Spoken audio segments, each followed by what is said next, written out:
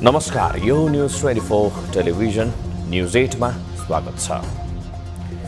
बितेका 3 दशकीयता नेपाल प्रहरीभित्र देखिने गरी नै राजनीतिले डेरा जमाएको छ। यसको पछिल्लो उदाहरण हो प्रहरीमा 30 वर्षे सेवा अवधि हटाउने गरी प्रस्ताव अघि बढ्नु।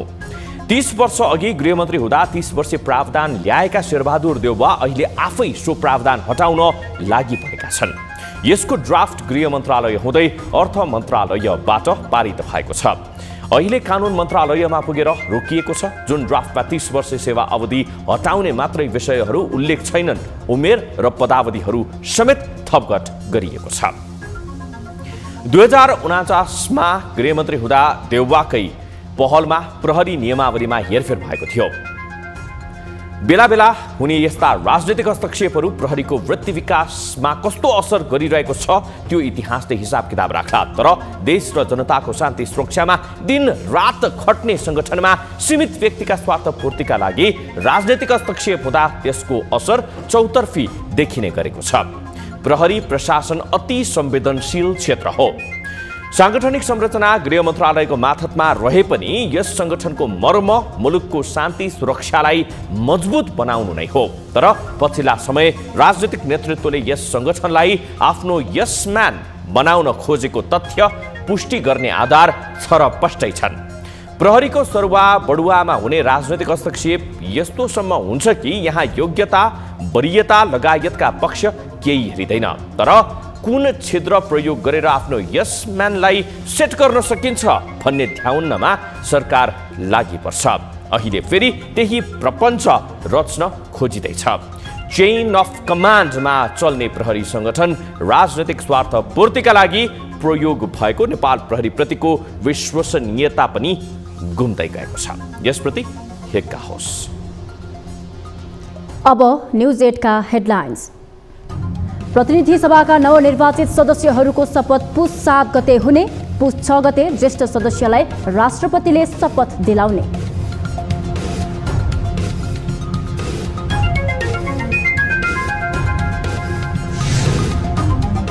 नयाँ सांसदको शपथ ग्रहण नहुँदै सरकार गठनका लागि राष्ट्रपतिबाट आह्वान भएपछि विवाद सतहमा। सदन पहिला कि सरकार भन्ने बहस उत्कर्षमा। सरकार गठन गर्ने चाहिँ नजिर जस्तो बन्न गएको छ, त्यो सही होइन।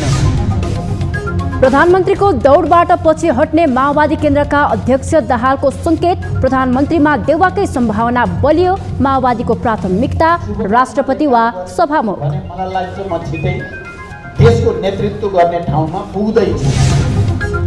कांग्रेस संसदीय दलको नेता छान्न तोकियो निर्वाचनको मिति। बुधबार बिहान 8 बजेदेखि मतदान। एकीकृत समाजवादी, रासोपा र जनमत पार्टीका अध्यक्ष नै नेता छानिए।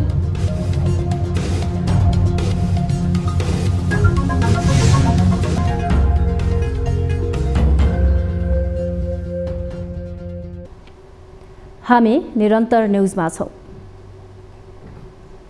प्रतिनिधि सभामा निर्वाचित सांसदहरूको शपथ ग्रहण कार्यक्रम पुस 7 गते गर्ने तय भएको छ। मंसिर 4 को निर्वाचनबाट निर्वाचित प्रतिनिधि सभाका संघीय संसद सदस्यहरूलाई पुस 7 गते दिउँसो 1 बजे शपथ गराउने कार्यक्रम तय गरिएको हो। त्यसअघि पुस 6 गते राष्ट्रपति विद्यादेवी भण्डारीले प्रतिनिधि सभामा निर्वाचित ज्येष्ठ सदस्यलाई शपथ दिलाउनेछिन्। नवनिर्वाचित मध्ये ज्येष्ठ सदस्यलाई राष्ट्रपतिबाट शपथ दिलाएपछि अरू सदस्यलाई पद तथा गोपनीयताको शपथ दिलाइने भएको हो। ज्येष्ठ सदस्य पहिचानका लागि सचिवालयले यसअघि नै विवरण खुलाई पठाइदिन निर्वाचन आयोगलाई पत्राचार गरिसकेको छ। हाल नवनिर्वाचित सदस्य मध्ये चित्रबहादुर केसी, महन्त ठाकुर, महेन्द्र प्रसाद यादव र पशुपति शमशेर जबराको उमेर यकिन गर्नुपर्ने देखिएको छ। कुनै सदस्यले मातृभाषामा शपथ लिन चाहेमा शपथको 3 दिन अघि शपथपत्रमा उल्लेख हुने विवरण तत्त भाषामा उल्था गरी त्यस सम्बन्धी जानकारी संसद सचिवालयलाई दिनुपर्नेछ। सचिवालयले शपथसँगै नवनिर्वाचित सदस्यलाई संघीय संसदको प्रतीक चिन्ह प्रदान गर्नेछ। यसअघि नै राष्ट्रपति विद्यादेवी भण्डारीले एक साताको समय दिएर सरकार गठनको आह्वान गरिसकेकी छिन्। पुस 10 गतेभित्र प्रधानमन्त्रीका लागि दाबी पेश गर्न 7 दिनको समय दिएर आह्वान गरिएको छ। प्रमुख निर्वाचन आयुक्त दिनेश कुमार थपलियाले नेपालमा सम्पन्न तीनै तहको निर्वाचनमा समानुपातिक तथा समावेशी प्रतिनिधित्व पर्याप्त नभएको बताएका छन्। आयोगले प्रतिनिधि सभा तथा प्रदेश सभा सदस्य निर्वाचन 2079 सफलतापूर्वक सम्पन्न भएको अवसरमा सोमबार आयोजना गरेको जलपान कार्यक्रममा बोल्दै उनले समानुपातिक तथा समावेशी प्रतिनिधित्व पर्याप्त नभएको गुनासो गरेका हुन्। प्रमुख निर्वाचन आयुक्त थपलियाले स्थानीय तहमा 41%, प्रदेश सभामा 36.36% र संघीय संसदमा 33.83% महिला प्रतिनिधित्व कायम भएको जानकारी दिएका छन्।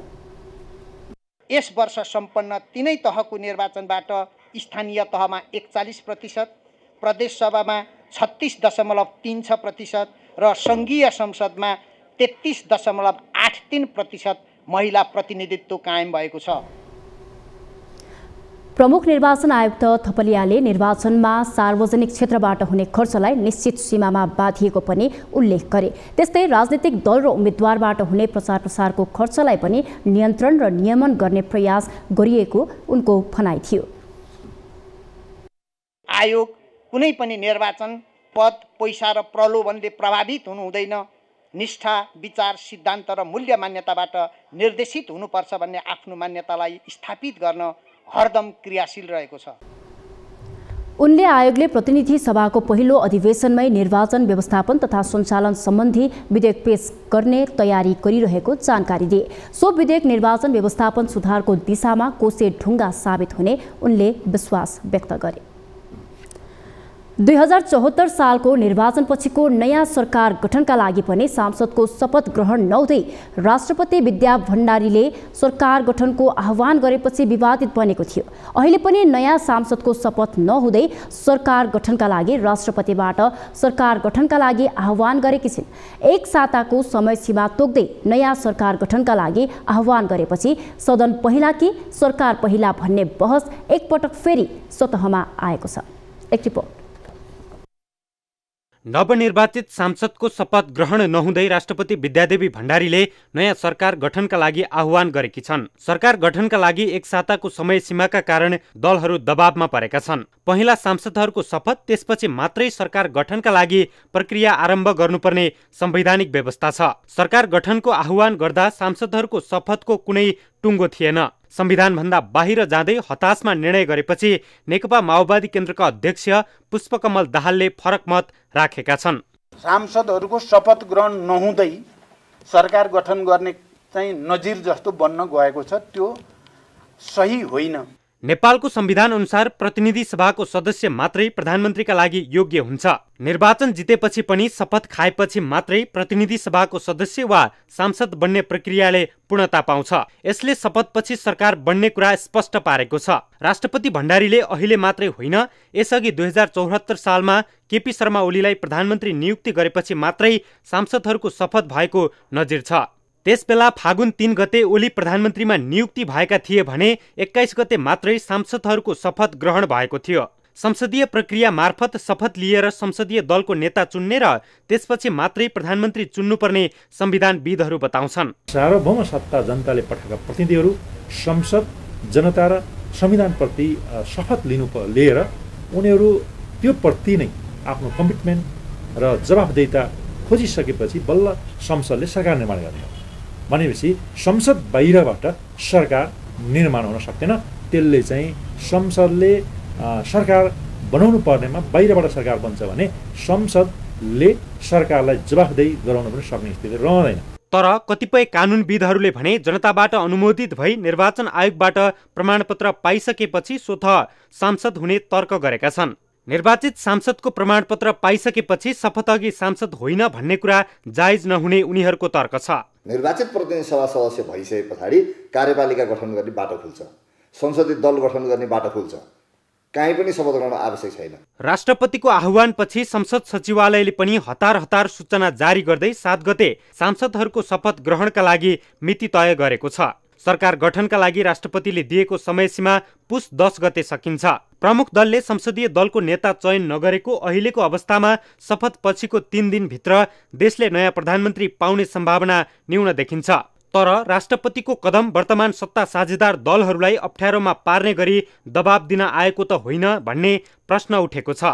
न्युज 24 टेलिभिजनका लागि टिभी जर्नलिस्ट शीतल रिजालको रिपोर्ट। सरकारले नीलगिरी खोला 1 र 2 जलविद्युत आयोजनाको 220 केबी प्रसारण लाइन निर्माणका लागि राष्ट्रिय वन क्षेत्र प्रयोग गर्न दिने भएको छ। सोमबार मन्त्रालयमा पत्रकार सम्मेलन गर्दै सूचना सञ्चार तथा प्रविधि मन्त्री ज्ञानेन्द्र बहादुर कार्कीले आइतबार बसेको मन्त्री परिषदको बैठकले गरेका निर्णयहरू सार्वजनिक गर्दै नीलगिरी खोला 1 र 2 जलविद्युत आयोजनाको 220 केबी प्रसारण लाइन निर्माणका लागि राष्ट्रिय वन क्षेत्र प्रयोग गर्न दिने निर्णय गरेको बताए। उनले सरकारले माथिल्लो फावा खोला जलविद्युत आयोजनाका निर्माणका लागि राष्ट्रिय वन क्षेत्र प्रयोग गर्न दिने निर्णय भएको पनि बताएका छन्।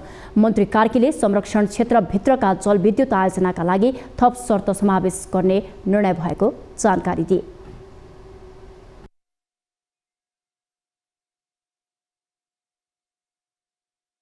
खाद्य पदार्थमा हेभी मेटलको अधिकतम मात्रा निर्धारण गर्ने सम्बन्धी आदेश स्वीकृत गर्ने, नीलगिरी खोला 1 र 2 जलविद्युत आयोजनाको 220 केबी प्रसारण लाइन निर्माणका लागि राष्ट्रिय वन क्षेत्र प्रयोग गर्न दिने। मन्त्री कार्कीले मौसमी कामदार व्यवस्थापन निर्देशिका 2079 स्वीकृत गर्ने निर्णय भएको बताए। त्यस्तै कालीगण्डकी नदी क्षेत्रबाट 2 थान शिला जनकपुर धाम स्थित जानकी मन्दिरलाई उपलब्ध गराउन स्वीकृत दिने निर्णय भएको पनि मन्त्री कार्कीले जानकारी दिए। हामी निरन्तर न्युजमा छौं। खोटाङको केपिलासगढी गाउँपालिकाको प्रमुख केन्द्र बाक्सिला बजारमा भीषण आगलागी भएको छ। आगलागीबाट 5 घर पूर्ण रूपमा जलिसकेको र आगो नियन्त्रण बाहिर रहेको छ।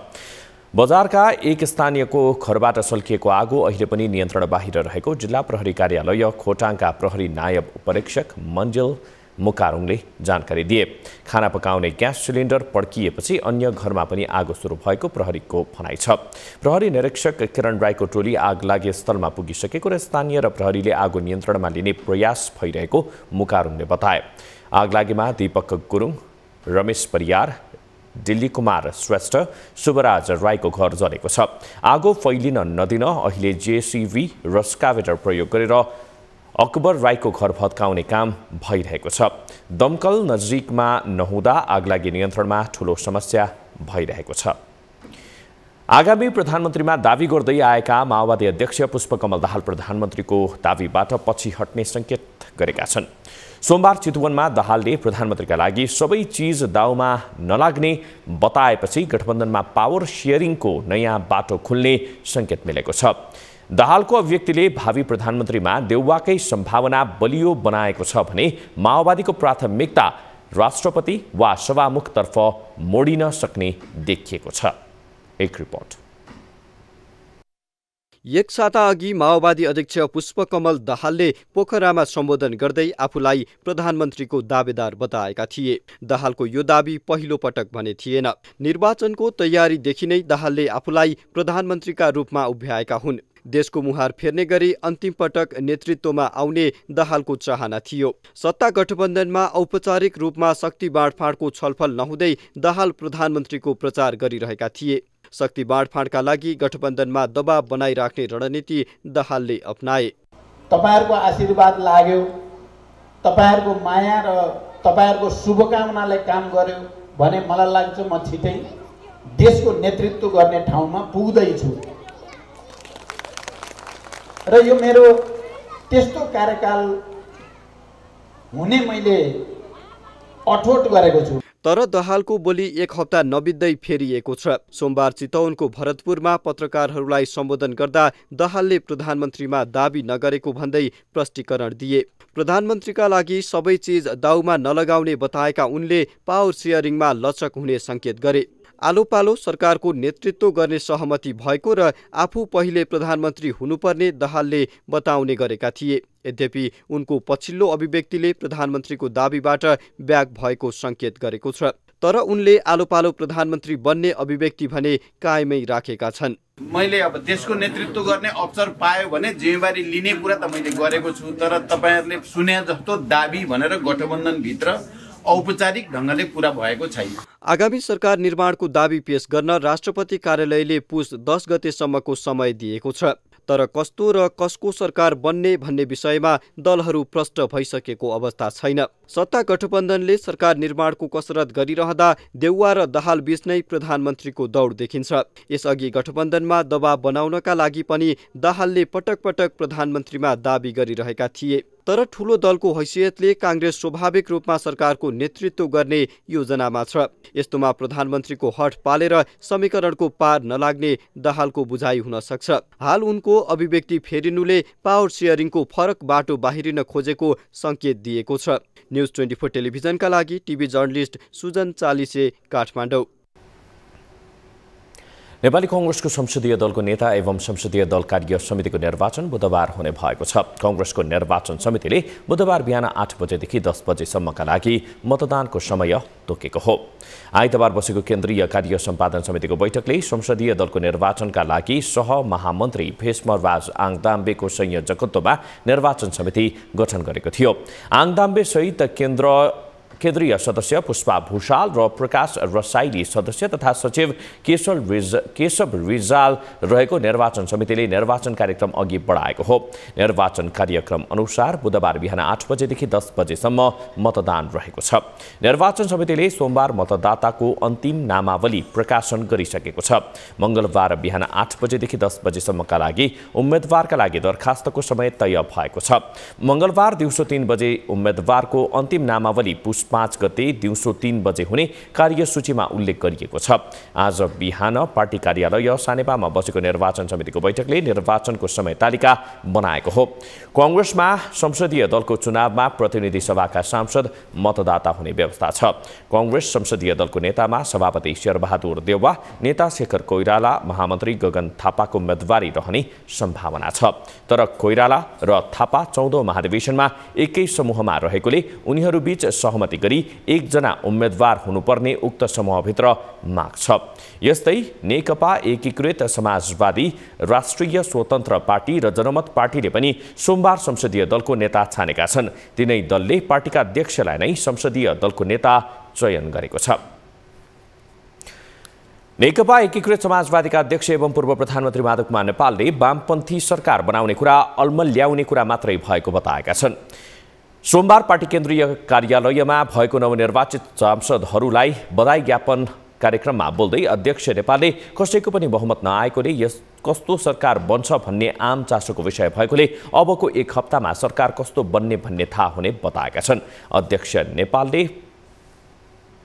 भएकाको विश्वास गुमाउने र हुँदै नभएको विश्वास गरेर घर न घाटको हुने गल्ती आफूले नगर्ने पनि उल्लेख गरे। उनले आगामी सरकार गठबन्धनकै बन्ने आश गरेको, तर गठबन्धनका पार्टी र अरू नेताहरूमा अहंकार भए र उनीहरूलाई गठबन्धन नचाहिए त्यसको सामना गर्न पनि आफू तयार रहेको बताए। जो किसिमको सरकार बन्ला भन्ने कुरा पनि व्यापक रूपमा चर्चाको विषय बनेको छ। कसैले गैर वामपन्थी सरकारको कुरा उठाउने गरेको छ, त्यो पनि खयाली पुलाव मात्रै हो। कसैले वामपन्थीको मात्रै सरकार बनाऊ भनेर सोचिरहेको छ, त्यो अल्मल्याउने कुरा मात्रै हो। त्यसो हुनाले यस्ता कुरालाई हामी सजिलै गरी पत्याउन सक्दैनौँ। भएकाको विश्वास गुमाउने अनि हुँदै नभएको चाहिँ विश्वास गरेर हामी घर न घाटको हुने त्यस्तो गल्ती हामी गर्न सक्दैनौँ। त्यसो हुनाले अहिले गठबन्धनलाई हामी कायम राख्नेछौँ र कायम राख्नका लागि हामीले गठबन्धन दलका नेताहरूले सँगसँगै जाने एउटा संयुक्त वक्तव्य जारी पनि गरिसकेका छौँ। गठबन्धनकै सरकार बन्ने हामीले आशा गरेका छौँ।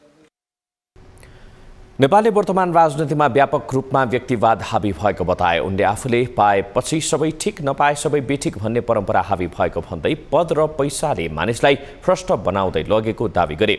भ्रष्टीकरण विरुद्धमा आफ्नो पार्टीभित्र शुद्धिकरणको अभियान, सुदृढीकरण, रूपान्तरणको अभियान चलाउनु पर्ने नेता नेपालको भनाइ छ। नयाँ ज्ञान नयाँ चेतना दिएर मात्रै हामी अगाडि बढ्न सक्छौँ। समाजवादको ध्येय उद्देश्यबाट हामी किमार्थ विचलित हुन सक्दैनौँ। कम्युनिस्ट पार्टीलाई परित्याग गरेर किमार्थ जनताको विश्वास जित्न सक्दैनौँ। नेपालको राजनीतिमा नेपाली जनताले कम्युनिस्ट पार्टीलाई धेरै लामो समयदेखि हेरेका छन्, यसको जाँच लिएका छन् र ती अग्नि परीक्षामा कम्युनिस्ट पार्टी जहिले पनि खरो उत्रेको छ। मान्छेमा चरम भ्रष्टीकरण व्यक्तिवादीकरण। अध्यक्ष नेपालले अहिलेको निर्वाचनमा नेपाली राजनीतिमा दक्षिणपन्थी शक्तिहरूले आफ्नो शक्ति आर्जन गर्नु चुनौतीको विषय भएको बताए। उनले गणतन्त्रका विरुद्धमा राजतन्त्रलाई फेरि पुनर्स्थापित गर्ने कुराको पक्षमा कुनै कदम नचाल्न चेतावनी दिए। न्युजहरू अझै बाँकी छन्, अब पारौ ब्रेकको।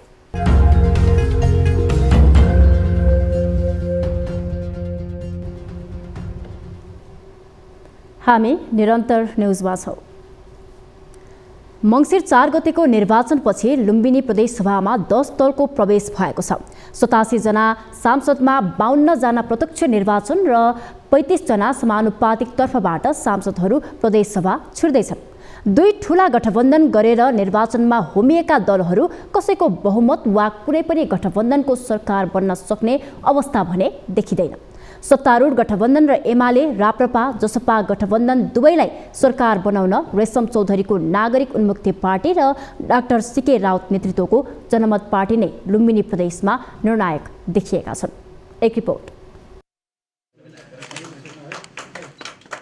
लुम्बिनी प्रदेशको मत परिणाम प्रदेश प्रमुख अमित शेरचनलाई निर्वाचन आयोगले बुझाइसकेको छ। लुम्बिनी प्रदेशमा नेकपा एमाले पहिलो, नेपाली कांग्रेस दोस्रो र नेकपा माओवादी केन्द्र तेस्रो दल बनेको छ। 87 सांसद मध्ये एमाले समानुपातिक सहित 29 जना सांसद, नेपाली कांग्रेसले 27, माओवादी केन्द्रले 9, राप्रपाले 4, नागरिक उन्मुक्ति पार्टी 4, जनमत पार्टी, जसपा र लोसपाले 3-3 सीट तथा एकीकृत समाजवादी र राष्ट्रिय जनमोर्चाले 1-1 सीट तथा 3 जना स्वतन्त्र सांसद निर्वाचित भएका छन्। सदस्य निर्वाचन ऐन 2074 अनुसार समानुपातिक निर्वाचन प्रणाली अन्तर्गतको निर्वाचनमा कुनै राजनीतिक दलले कम्तीमा 1 सिट प्राप्त नगरेमा त्यस्तो दलले राखेको धरोहरी जफत हुने व्यवस्था बमोजिम प्रदेश सभातर्फ बन्द सूची पेश गर्ने दलमध्ये लुम्बिनी प्रदेशमा 22 वटा राजनीतिक दलको धरोहरी जफत भएको छ। सरकार गठनका लागि कुनै पनि दललाई मात्र होइन, गठबन्धनलाई नै बहुमत पुग्दैन। एकातिर सरकार गठनका लागि दलहरूको रस्साकस्सी चलिरहेको छ भने अर्कोतर्फ प्रदेशको स्थायी राजधानी दाङको देउखुरीमा नै नयाँ सांसदको शपथ ग्रहण गराउने तयारी सरकारले गरेको छ। प्रदेशको अस्थायी राजधानी बुटवलबाट कार्यपालिका तथा व्यवस्थापिकाको काम कारबाही हुँदै आएकोमा नयाँ संसद र नयाँ सरकारको काम दाङबाटै गर्ने गरी तयारी स्वरूप मुख्यमन्त्रीको कार्यालय सारिसकिएको छ। प्रदेशसभाले पनि संसद बैठक देउखुरीमै गर्ने गरी तयारी गरिरहेको छ। सरकारले आफ्नो तयारी गरिरहँदा प्रदेशसभामा प्रतिनिधित्व गर्ने दलहरू भने केन्द्र सरकार गठनको समीकरण कुरेर बसिरहेका छन्। संवैधानिक प्रदत्त अधिकारलाई सुनिश्चित रूपले कार्यान्वयन गर्ने कामको जिम्मेवारी विशेष गरी अहिले राजनीतिक नयाँ संरचनालाई दिएको छ। त्यो नयाँ संरचनाभित्र गठबन्धन संस्कृतिबाट देश अगाडि बढ्न सक्दैन। त्यसकारणले एउटा निश्चित म्यान्डेट लिएर जनताबाट आएका सरकारहरूले आफ्नो म्यान्डेट अनुसार काम गर्नका निम्ति आफ्नो मिसन र चाहिँ त्यो खालको उद्देश्य जानको निम्ति एकल सरकारको चाहिँ नै अवधारणामा जानुपर्छ। लुम्बिनी प्रदेशसभामा सत्ता गठबन्धन दलहरू नेपाली कांग्रेस, माओवादी केन्द्र, लोसपा, एकीकृत समाजवादी र राष्ट्रिय जनमोर्चाका 41 सांसद छन्। एमाले सहितको राप्रपा जसपा गठबन्धनमा 36 सांसद मात्रै पुग्छन्। सरकार गठनका लागि 44 सांसदको आवश्यकता पर्नेमा दुवै गठबन्धनलाई बहुमत नपुग्ने भएपछि अरू साना दलहरूको साथ आवश्यक देखिन्छ। सरकार बनाउन सत्ता गठबन्धनलाई 3 सदस्य तथा एमाले गठबन्धनलाई 8 सिट आवश्यक छ। सत्ता गठबन्धनलाई नागरिक उन्मुक्ति र जनमत पार्टी मध्ये एकको साथ पाए पुग्छ, तर एमालेलाई भने दुवै पार्टीको साथ पाए पनि अरू एक सांसदको साथ चाहिन्छ। दुई गठबन्धन मध्येबाट सरकारको नेतृत्व हुन्छ वा नयाँ समीकरण बन्छ त्यो भने हेर्न बाँकी नै छ। न्युज 24 टेलिभिजनका लागि बुटवलबाट टिभी जर्नलिस्ट विमल छेत्रीको रिपोर्ट। सवारी चालक अनुमति पत्र लाइसेन्सका लागि लिइने परीक्षामा भौतिक पूर्वाधार तथा यातायात मन्त्रालयले अङ्कभार प्रणाली सुरु गरेपछि सेवाग्राहीलाई केही सहज हुने अपेक्षा गरिएको थियो। तर देशको सबैभन्दा धेरै लाइसेन्स वितरण हुने बागमती प्रदेशमा भने यो प्रणाली लागू हुन सकेको छैन। विभिन्न प्राविधिक समस्याका कारणले अङ्कभार प्रणाली लागू गर्न नसकेको विभागका अधिकारीहरू बताउँदै आएका छन्। एक रिपोर्ट। कम्तीमा 70 अङ्क ल्याए ट्रायल पास हुने व्यवस्था गरिएको लामो समय बितिसक्दा पनि बागमती प्रदेशमा अझै कार्यान्वयन हुन सकेको छैन। देशको सबैभन्दा धेरै सवारी चालक अनुमति पत्र वितरण हुने प्रदेशमै अङ्कभार प्रणाली लागू नहुँदा सेवाग्राही मर्कामा परेका छन्। अङ्कभार प्रणाली कार्यान्वयन नहुनु कतै स्वार्थ समूहको मिलेमतो त होइन भन्ने प्रश्न उठेको छ। बागमती प्रदेश यातायात कार्यालय हेटौडा भने निर्देशिका परिमार्जनका विषयहरू अझै छलफलमा रहेको बताउँदै आएको छ। प्राविधिक विषयहरू नटुङ्गिएका कारण अङ्कभार प्रणाली कार्यान्वयन गर्न नसकिएको कार्यालयको भनाइ छ। प्राविधिक विषयहरू केही छलफल हाम्रा केही विषयहरू छन्, यो लागू हुन्छ, त्यसमा अब धेरै टाढा जानु पर्दैन, अलिकति केही कुराहरू परिमाण। अब यहाँ यस्तो कतिपय कुराहरू यो ट्रायलको विषय मात्र नभएर अरू विषयहरू पनि केही निर्देशिका पनि केही संशोधन हुनुपर्ने कि। यातायात व्यवस्था विभाग मिन भवनका प्रवक्ता ईश्वरी दत्त पनेरू भने स्थलगत अध्ययन गरेर नै कार्यविधि ल्याइएको बताउँछन्। अङ्कभार प्रणाली अन्य प्रदेशमा लागू भइसकेको अवस्थामा बागमतीका लागि मात्रै संशोधनको आवश्यकता नभएको उनको भनाइ छ। सबभन्दा बेस्ट कुरो के भन्दाखेरि अब यातायात व्यवस्था विभागले सबै प्रदेशको लागि समान खाले हिसाबले कानुन बनाएको लागू गर्ने नगर्ने उहाँहरूको उसमा छ है। यो विषयमा किन भएन भन्ने कुराहरू मलाई सोध्ने भन्दा पनि हजुरले चाहिँ सम्बन्धित निकायमा प्रदेश मन्त्रालयमा अथवा सेवा कार्यालयहरूमा सोद्धाखेरि प्रश्न जवाब पाउनुहुन्छ होला जस्तो लाग्छ। बागमती प्रदेश श्रम रोजगार तथा यातायात मन्त्रालयका प्रवक्ता हरिहर पोखरेल केही तयारी नपुगेकोले तत्काल लागू गर्न नसकिएको बताउँछन्। आवश्यक पूर्वाधार विकास र केही प्राविधिक कुराहरूको अभावले केही समस्या भएको उनले बताए। मुख्यमन्त्री कार्यालयबाट तत्काललाई चाहिँ त्यसलाई कार्यान्वयन नगर्नु भनेर 4-5वटा कारण, एउटा कर्मचारीको अभिमुखीकरण, एउटा परीक्षाको पूर्वाधार, त्यस पछाडि कोटा व्यवस्थापन, ट्रायल सेन्टरसँगको समन्वय र सेवा कार्यालय सूचित को कार्य चाहिँ सम्पन्न नभए हुनाले अहिले तत्काललाई चाहिँ कार्यान्वयन नगर्नु भन्ने खालको परिपत्र भए हुनाले हामीले चाहिँ अहिले रोकिरहेको छ।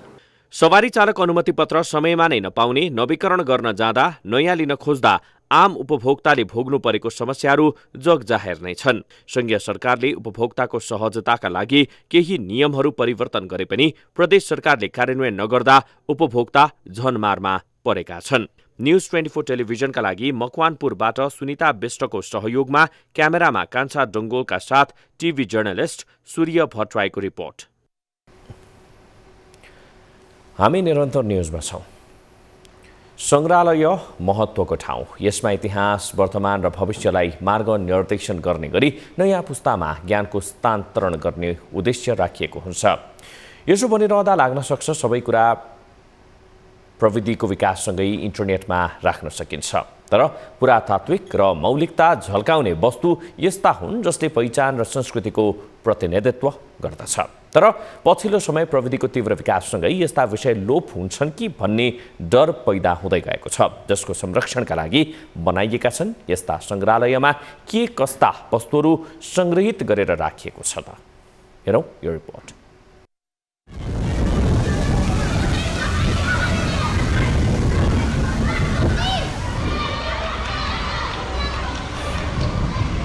छाउनी स्थित राष्ट्रिय संग्रहालय नेपालको सबैभन्दा पुरानो संग्रहालय हो। तत्कालीन प्रधानमन्त्री युद्ध शमशेरले यस संग्रहालयको स्थापना गरेका हुन्।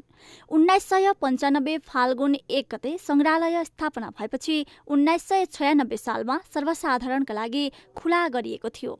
त्यतिबेला प्रवेशका लागि 14 वर्ष मुनिका बालबालिकालाई 4 पैसा र अरूलाई 8 पैसा तोकिएको थियो। अहिले भने बालबालिकालाई 10 रुपैयाँ, अन्य 45 रुपैयाँ र बाह्य पर्यटकका लागि 100 रुपैयाँ तोकिएको छ। पर्यटकीय सम्भावना बोकेको यस संग्रहालयमा सेतो रङ पोतिएको प्रवेशद्वार आफैमा कलात्मक छ। बाहिरी कलालाई नियाल्ने हो भने राणाकालीन शैलीमा बनेका नवशास्त्रीय वास्तुकलाको शैलीसँग मिल्दोजुल्दो शैली आफैले संग्रहालयलाई एउटा ऐतिहासिक घटनाको साक्षीको रूपमा चिनाउने गर्छ। ढुङ्गेयुगीन हतियारदेखि वर्तमान कला संस्कृतिसम्मको उदाहरण पाउन सकिन्छ यस संग्रहालयमा। मूलद्वारबाट 100 मिटर जतिको दूरीमा हिँडेपछि एउटा कलात्मक गरुडको मूर्तिले सबै आगन्तुकलाई स्वागत गर्ने गर्छ। झण्डै 1500 वर्षभन्दा पुराना अभिलेखयुक्त ठूला ठूला मूर्तिहरूदेखि चित्रकलासम्मको कलाशाला छ। सरकारको पुरातत्व विभाग, राष्ट्रिय संग्रहालयको पहलबाट विभिन्न कूटनैतिक नियोगसँग सम्पर्क गरेर फिर्ता ल्याएका यी सबै मूर्तिहरू विभिन्न सामग्रीहरू रहेको छ। उक्त सङ्ग्रहालयमा कला संस्कृति एवं प्राज्ञ इतिहासलाई समेट्ने विभिन्न सामग्रीहरू संग्रहित छन्। यही भित्र नेपालको विभिन्न जातिको वेशभूषा र कलालाई चित्रित गरिएको छ भने विश्वको समेत अधिकांश देशको मूलभूत पोसाकहरूलाई समेत यसमा समेटिएको छ। टेलिभिजन, मोबाइल फोन, ल्यापटप भन्दा पनि यो बाहिरी वातावरणमा यो पुरातात्विक यो हुन्छ नि, यो उसको लागि चाहिँ बच्चाहरूले देखोस्, घुमोस् भनेर चाहिँ बच्चाहरूलाई चाहिँ हामीले यो ठाउँमा चाहिँ लिएर आएको हो। छाउनी सङ्ग्रहालयबाट राष्ट्रिय सङ्ग्रहालयको नाम पाएको यस सङ्ग्रहालयका लागि सरकारले वार्षिक 4 करोड बजेट विनियोजन गर्दै आएको छ। तर पनि यसको विस्तार र स्तरोन्नति भने हुन सकेको छैन। पछिल्लो समय मानिसहरूको रुचि प्रविधितर्फ बढेकाले अहिलेको पुस्ताले प्राचीनकालीन ऐतिहासिक सम्पदाको महत्त्वलाई बिर्सदै जाने त होइनन्। यसबारे अब सोच्नुपर्ने बेला भइसकेको छ। पक्कै पनि सङ्ग्रहालय सिनेमा हल जस्तो मनमा प्रणयको बीजारोपण गर्ने केन्द्र त होइन, तर आफ्ना पुर्खाहरूको विगतलाई सम्झिएर मनन गर्नको लागि अनिवार्य गन्तव्य भने पक्कै हो। न्युज 24 टेलिभिजनका लागि क्यामेरामा कान्छा डङ्गोलका साथ टिभी जर्नलिस्ट ज्योत्सना घिमिरे, काठमाडौँ। बजारमा पाइने रेडिमेड खानेकुरा तथा जङ्क फुडहरूको उपभोग बढ्दो छ। जङ्क फुडको निरन्तर उपभोगले विशेष गरी बालबालिकाको स्वास्थ्यमा भयानक खतरा निम्त्याउँछ भन्ने कुराको हेक्का अभिभावकहरूले राख्नै छाडेको देखिन्छ। स्कुले बालबालिकादेखि ज्येष्ठ नागरिकसम्मले जिब्रोको स्वादलाई जङ्क फुडमय बनाइदिँदा स्वास्थ्यमा कस्तो प्रभाव परिरहेको छ त? हेरौँ यो रिपोर्ट। व्यस्त जीवनशैली, आधुनिकताको नाममा तडक फडक र हरेक कुरालाई सहजै प्राप्त गर्न खोज्ने बानीका कारण जङ्क फुडको व्यापार तीव्र गतिमा उकालो लागिरहेको छ। खाँदा मिठो र सजिलै प्राप्त गर्न सकिने हुनाले बालबालिकादेखि ज्येष्ठ नागरिकसम्म जङ्क फुड तथा बजारका तयारी खानाप्रति आकर्षित देखिन्छन्। स्वादिष्ट र आकर्षक बनाउन विभिन्न केमिकल प्रयोग गरेर तयार पारिएका जङ्क फुड तथा तयारी खाना मानव स्वास्थ्यका लागि खतराको सङ्केत बनिरहेका छन्। अझ बालबालिकाका लागि त स्लो पोइजन समान छन् भन्दा फरक नपर्ने चिकित्सकहरू बताउँछन्। माल फङ्सन भन्छौँ हामी, त्यसले राम्रोसँग काम गर्न सक्दैन र अनि त्यसको असरहरू चाहिँ कस्तो देखिन सक्छ भनेदेखि रक्तचाप बढी हुने होइन, अनि डायबिटिजहरू हुने, टाइप 2 डायबिटिज जुन हुन्छ मधुमेहको, त्यस्तो बिरामी हुन सक्ने, किडनी लाई असर पुग्न सक्ने, कलेजोमा फ्याटी लिभर भन्छौँ हामी होइन, त्यो बोसोहरू जम्मा भएर अथवा सुन्निएर त्यसले काम गर्न छोड्छ र यस्ता खानेकुराहरूले चाहिँ क्यान्सरजन्य रोग पनि उत्पन्न हुन सक्छ। जङ्क फुडले विश्वव्यापी रूपमा पारेको प्रभावबारे थुप्रै अध्ययनहरू भएका छन्। यसले बालबालिकालाई मात्र नभएर सबै उमेर समूहका मानिसको स्वास्थ्यमा समस्या ल्याउने अध्ययनले देखाएको छ। जङ्क फुडले निम्त्याउने समस्याहरू। जङ्क फुडको नियमित सेवनले शारीरिक समस्याका साथै मानसिक स्वास्थ्यमा पनि गम्भीर असर पुर्याउँछ। शरीरमा रगत तथा क्याल्सियमको कमी, बालबालिकाको मस्तिष्कमा असर, बालबालिकाको शारीरिक र मानसिक विकासमा अवरोधका साथै उच्च रक्तचाप, मुटुरोग, मधुमेह जस्ता दीर्घरोग सृजना गर्छ। तयारी खाना जो चाहिँ धेरै प्रशोधन गरेर आएको छ नि बजारमा, जस्तो यो केकहरू जस्तो पदार्थहरू, कुकिजहरू हुन्छ नि, त्यो भयो, अनि चाउचाउहरू जुन काँचै खाने त्यस्तो चलन छ नि, त्यसलाई चाहिँ हामीले एकदमै निरुत्साहन गर्नुपर्छ। त्यसको लागि खास ठुलो कुरा गर्नु पर्दैन। भात सबैको घरमा पाक्छ, फ्राइड राइस बनाएर पठाइदिए पनि भयो होइन। फ्राइड राइसलाई त्यस्तो धेरै मेहनत गर्नु पर्दैन, एउटा अन्डा हालेर पठाइदिए पनि भयो। फलफुल पाइन्छ हामी कहाँ होइन, फलफुल, चिउरा त्यस्तोहरू खाने बानी चाहिँ लगाइदिनु। बढी मात्रामा जङ्क फुड प्रयोग गर्ने बालबालिकामा अन्य उमेरका समूहका बालबालिकाको तुलनामा अत्याधिक मात्रामा नुन, चिनी तथा मोटोपन बढाउने तत्त्वको मात्रा बढी हुन्छ। त्यस्ता बालबालिकाहरूमा भिटामिन ए, प्रोटिन, आइरनको कमी समेत हुने हुन्छ। आकर्षक देखाउन कलर, स्वादका लागि विभिन्न केमिकलको प्रयोग गरिएको हुन्छ। यस्ता किसिमका अखाद्य वस्तु स्वास्थ्यका लागि हानिकारक भएकाले कम मात्रामा प्रयोग गर्न चिकित्सकहरूले आग्रह गरेका छन्। यस्ता स्लो पोइजनको रूपमा रहेका जङ्क फुडको सेवनमा निरुत्साहित गर्न अभिभावकको महत्त्वपूर्ण भूमिका रहन्छ। समयमै जङ्क फुड निरुत्साहित नगरे बालबालिकाको स्वास्थ्य जोगाउन मुस्किल पर्ने देखिन्छ। न्युज 24 टेलिभिजनका लागि क्यामेरामा प्रभात थापाका साथ टिभी जर्नलिस्ट अस्मिता तिवारी, काठमाडौँ। अब बिजनेस न्युज। औद्योगिक क्षेत्र महासङ्घले औद्योगिक क्षेत्रभित्र भएका उद्योगमा गरेको भाडा वृद्धि तत्काल खारेज गर्न राखेको मागलाई नेपाल उद्योग वाणिज्य महासङ्घले समर्थन गरेको छ। औद्योगिक क्षेत्र व्यवस्थापन लिमिटेडले 800% सम्मले भाडा वृद्धि गरिदिएपछि उद्योगहरू विरोधमा उत्रिएका छन्। महासङ्घका उपाध्यक्ष दिनेश श्रेष्ठले एकतर्फी रूपमा भएको भाडा वृद्धि तत्काल फिर्ता गर्नुपर्ने बताएका छन्। औद्योगिक क्षेत्र स्थापनादेखि सञ्चालनमा रहेका उद्योगहरू भाडा वृद्धिकै कारण चल्न नसक्नु राज्यको उद्योग मैत्री नीति विपरीत भएको ठहर महासङ्घले गरेको छ।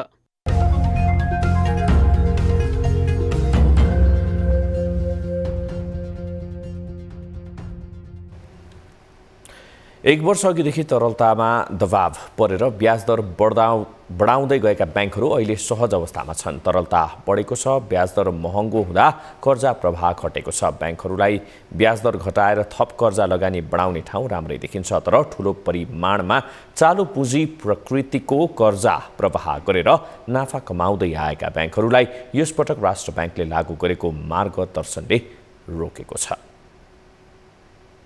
चालु आर्थिक वर्षको पहिलो महिना असारमा बैंकिङ प्रणालीबाट 1 खर्ब 8 अर्ब रुपियाँ निक्षेप गायब भएको थियो। त्यसपछि बैंकहरूले नयाँ निक्षेप आकर्षित गर्न भनेर ब्याज दर बढाउँदै लगे, तर प्रणालीमा पैसा बढ्न सकेन। चुनावमा सरकार, राजनीतिक दल र उम्मेदवारले ठूलो रकम खर्च गरे, त्यो पैसा चुनाव सकिने बित्तिकै बैंकिङ प्रणालीमा आउन थालेको छ। अर्कोतर्फ कुनै पनि त्रैमासको अन्तिम महिनामा चालु पुँजी कर्जा स्वीकृत गर्न नपाउने व्यवस्थाले बैंकबाट कर्जा प्रवाह बढिहाल्ने स्थिति छैन।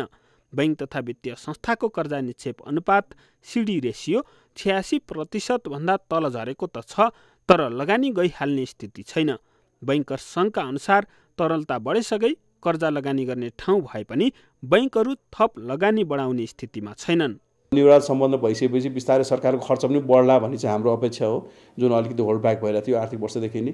त्यो हुँदाखेरि बिस्तारै सिस्टममा चाहिँ फन्ड्सहरू जेनेरेट हुन थाल्यो भने चाहिँ यसले अलिकति सहज बनाउने हो। कर्जाको डिमान्ड अझ पनि उच्च नै छ, रेट बढी भयो भन्ने कुराहरू आइरहेछ, तर यति हुँदाहुँदै डिमान्ड चाहिँ उच्च छ।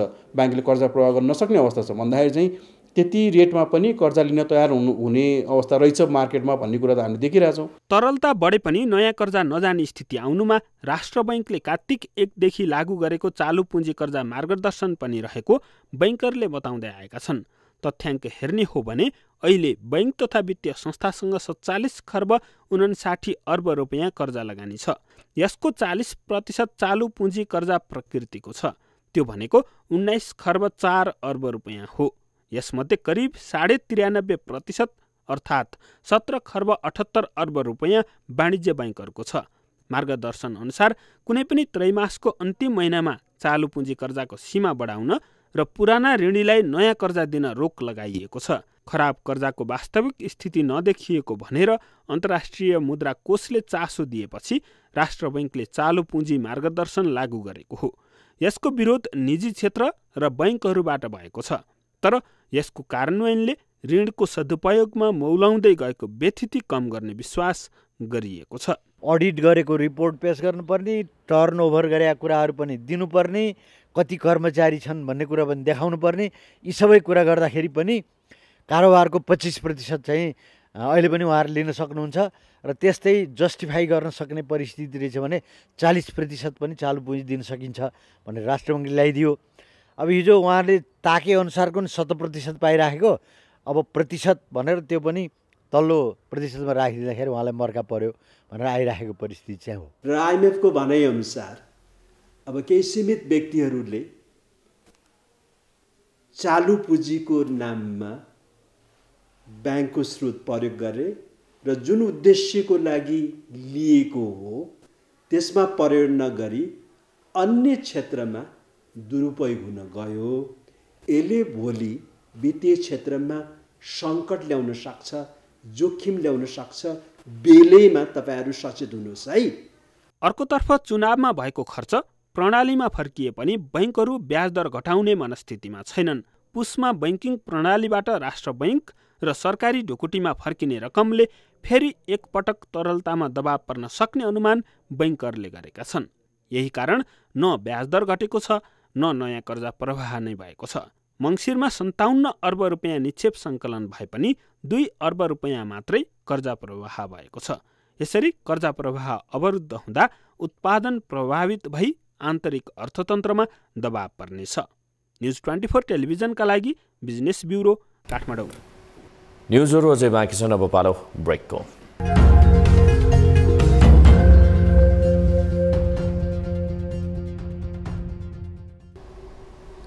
हामी निरन्तर न्युजमा छौँ। अब 24 वेदर अपडेट।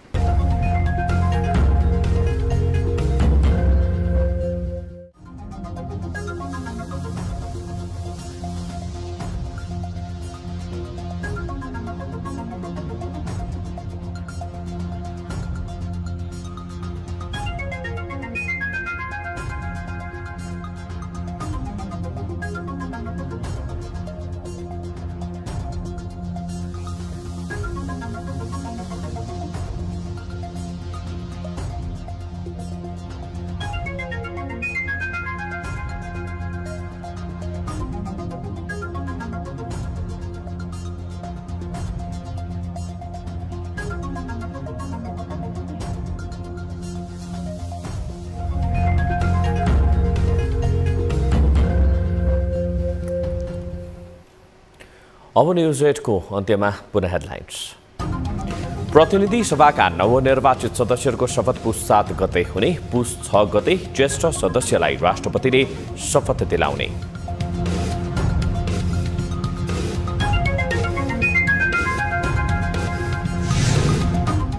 नयाँ सांसदको शपथ ग्रहण नहुँदै सरकार गठनका लागि राष्ट्रपतिबाट आह्वान भएपछि विवाद सतहमा, सदन पहिलाकी सरकार भन्ने बहस उत्कर्षमा। सरकार गठन गर्ने चाहिँ नजिर जस्तो बन्न गएको छ, त्यो सही होइन। प्रधानमन्त्रीको दौडबाट पछि हट्ने माओवादी केन्द्रका अध्यक्ष दाहालको सङ्केत, प्रधानमन्त्रीमा देउवाकै सम्भावना बलियो, माओवादीको प्राथमिकता राष्ट्रपति वा सभामुख। भने मलाई लाग्छ म छिटै देशको नेतृत्व गर्ने ठाउँमा पुग्दैछु। कांग्रेस संसदीय दलको नेता छान्न तोकियो निर्वाचनको मिति, बुधबार बिहान 8 बजेदेखि मतदान। एकीकृत समाजवादी, रासोपा र जनमत पार्टीका अध्यक्ष नै नेता छानिए।